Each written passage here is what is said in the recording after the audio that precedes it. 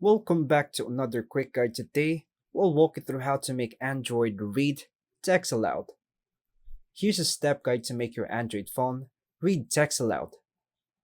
First is to unlock your mobile phone and swipe up to open the app drawer. Tap the Settings app. Scroll down and tap System, then choose Accessibility.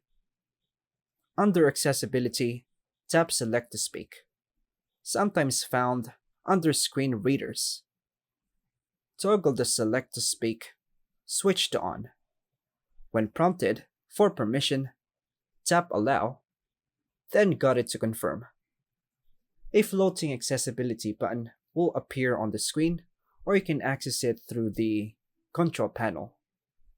Open any app where you want text to be read aloud, such as Chrome, Messages, Gmail, or Notes.